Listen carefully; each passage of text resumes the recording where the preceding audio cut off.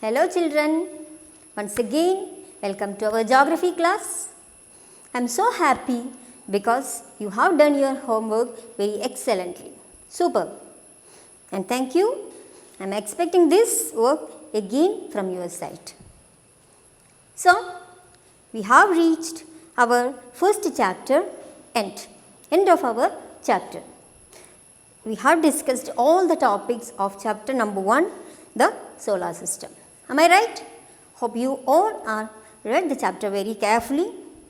Now, it is the time to discuss our NCERT solution. That means there are some exercise in your textbook. Actually, being a social science student, it is your duty. You have to find the answer your own.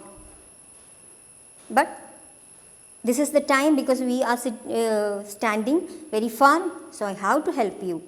But if we are together in a classroom, then what we have to do? We will find the answers ourselves. Here, I am going to explain each questions and its answers, but I will not write and give you in the board. Okay, while I am explaining, you have to listen carefully and you have to find the answers from the textbook your own. Doesn't matter whether it is making any kind of mistake. You can contact me if there is any difficulties at any time. So, shall we start? Okay. So, page number 7, you can take page number 7 of your geography textbook. You can see the exercises. Okay. The first question, it is answer the following question briefly. Briefly means you can write either in a one sentence, maximum 2 sentences. It may carry 1 or 2 marks. Okay, whenever you are attending a question, one thing you have to carefully see how much the mark is given. If it is a 1 mark question, then you can write either 1 or 2 sentences maximum. Okay, the first question, how does a planet differ from a star? This is the first question and we already learned what is a star, what is a planet. And we also learned what makes it differ. Is it? A planet means it is a celestial body but it doesn't have any kind of heat and light. Clear? But a star is a celestial body which have its own heat and light. Am I right? A star is a celestial body and it has its own heat and light. Whereas a planet doesn't have any kind of heat and light. A planet is getting heat and light from a star. That's why our planet, the earth, is getting light and heat from the sun. Sun is a star. It is the very close celestial body of the earth. The big star, it is the sun. So, that is the first question. I hope you followed. The second one, what is meant by the solar system? This is also, I already explained very clearly in our classroom session. What is a solar system? Yes, a solar system, it is a huge system where we can see all kind of stars, planets, all wandering things in the sky. Then the third one, name all the planets according to their distance from the sun. We learned a sentence for learning this planet. What was that? Yes, my very efficient mother just serves us nuts. Isn't it? So from that sentence, we can write all the planets according to the distance from the sun. The very first, who is that? Mercury. Then second one, Venus. Third one, our beautiful earth, our mother earth. Who is that? The earth. Fourth one, Mars, Jupiter, Uranus, Neptune. Okay, one is missing. Who is that? Who is that? The ring planet, the Saturn. Okay, these are the 8 planets according to the size. Saturn is not the last, that I missed in between, that's why. You have to go to your textbook and write it according to the far from the sun. And there are some figures, it is written in your textbook. See, take your textbook, page number 3. Okay, page number 3, you can see a picture of our solar system. There itself it is written the sun, the Mercury, how much it is? The distance it is already written here, it is 58. And the Venus, it is 108. According to that way, you can write all these planets far from the sun. Am I clear to you, everyone? So, according to the far from the sun, you can write all the planets' name and its figures. The distance you can write in figures. It's already given in the textbook, page number 3. That's all, the third question. Now the fourth question, what is that?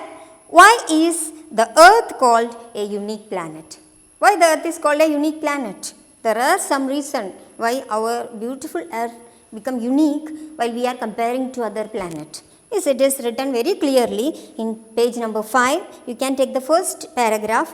Conditions favorable to support life are probably found only on Earth. That's why Earth is also known as a life planet, because only in Earth the life is there. Up to yet, the researches are going on. It is not sure because researches are going on. We don't know what is happening around the space. So we are studying more and more about with the help of the satellite. So why the Earth is called a unique planet? Because we have water, we have air, we have land to live. Isn't it? The air, life supporting gases like oxygen, it is present only in the Earth. That's why, because of this reason, our Earth is called a unique planet. Clear to you? Okay. Then, next question. Why do we see only one side of the moon always? This also very clearly I explained in the video class, because the moon is the natural satellite of the Earth. Isn't it? The moon is surrounding the Earth. And it takes 27 days. Okay? Moon is taking once to complete surround the Earth 27 days, and the same days the moon is taking to spin its own axis. Okay? The moon is spinning its own axis. The same day it is taking to surround the Earth. These both movements are 27 days. So what happened? We can see only one side of the moon. We cannot see the other side of the moon. Am I clear? Okay. Now, next question, the last question of that first session. What is the universe? What is the universe? We all are a part of this universe. Isn't it? Universe means it is a huge systems and billions of stars, planets and all celestial bodies. Okay? It's a huge system of stars, planet and all including the celestial bodies, everything. It is clearly written on page number 6. You can go through and find the answer and write down very neatly in your text notebook. Am I clear? Okay. So these are the 6 questions from chapter number 1. Now, the second paragraph, it is written, tick the correct answer. There are some more questions. First one, the planet known as the Earth twin. Which planet is known as the Earth twin? Which planet it is? Yeah, I told you while I am taking the class of solar system. There is one planet which is very similar to our Earth. Who was that? Yeah, it is our Venus. Who is that? Venus is known as the Earth twin because its size and shape very similar to our Earth. That's why Venus is known as the twin of the Earth. Clear that? Now, the second one. Which is the third nearest planet to the Sun? Everyone knows. Which is the third planet of our solar system? Our Earth. All the planets move around the sun in a, how it is moving? Yeah, all the planet, suppose it is the sun, okay? I am not so good in drawing still. See, this is the way the planets are moving around the sun. So, this shape of this path, this way, we can say an elongated path. What is that? It is an elongated path. So, all the planets move around the sun in an elongated path. Next question. The pole star indicates the direction to the, which direction is shown by the pole star? Which direction? It is the up direction. Which is the up direction? We learned the direction, right? These are the direction: north, south, east, west. Okay. So, which side is up? It is northern direction. Okay. So, pole star is always indicating the north direction. Now, next question.